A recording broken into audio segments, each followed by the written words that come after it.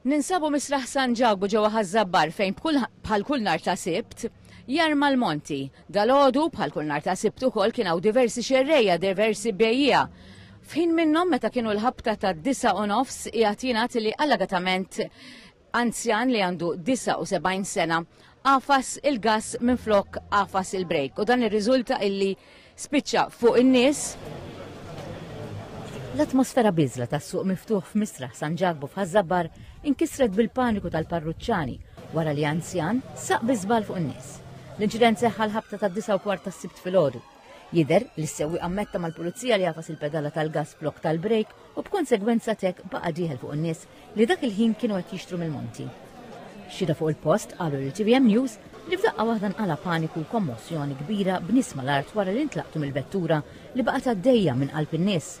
Evidenti l-ħsara fil-bankarelli li spiċċaw f'nofs ta' triq inkisra kull ma kien hemm fuqhom għall-bejħ mifrux fi triq.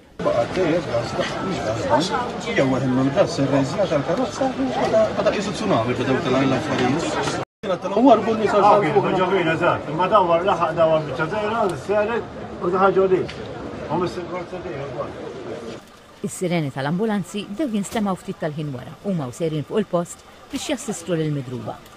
Il-Pulizija waslet ukoll fuq il-post u anke membri mid-Dipartiment tal-Protezzjoni Ċivili li bdew jagħtu l-għajnuna tagħhom. F'kiedba fuq il-mezzi soċjali, il-Ministru tas-Saħħa ġew Etienne Bela ikkonferma li b'kollox weġġaw 11-il persuna bi 8 minnhom kellhom bżonn kura l-isptar, imma ħadd minnhom ma ndarab serjament. Ma jidhirx li huma għandhom affarijiet serji, imma tieħdu l-istar sabiex ukoll apparti li nagħtaw l-ewwel assistenza medika hawnhekk fuq il-post se jkompli nagħtaw l-assistenza medika issa fl-Istar Mater Dei. F'dan il-każ ukoll ix-xufier li huwa anzjan ta' 79 sena jidher illi mod aċċidentali saq fejn kien armat il-monti kif taraw il-karozza wafqet ukoll fuq il-post u f'dan il-moment ukoll ix-xufier ta' din il-vettura qed jingħata wkoll il-kura. Timijiet mediċi assistew lin-nies li kienu fuq il-post minħabba x-xokk li sofrew fil-waqt li l-pulizija qed tkompli tinvestiga.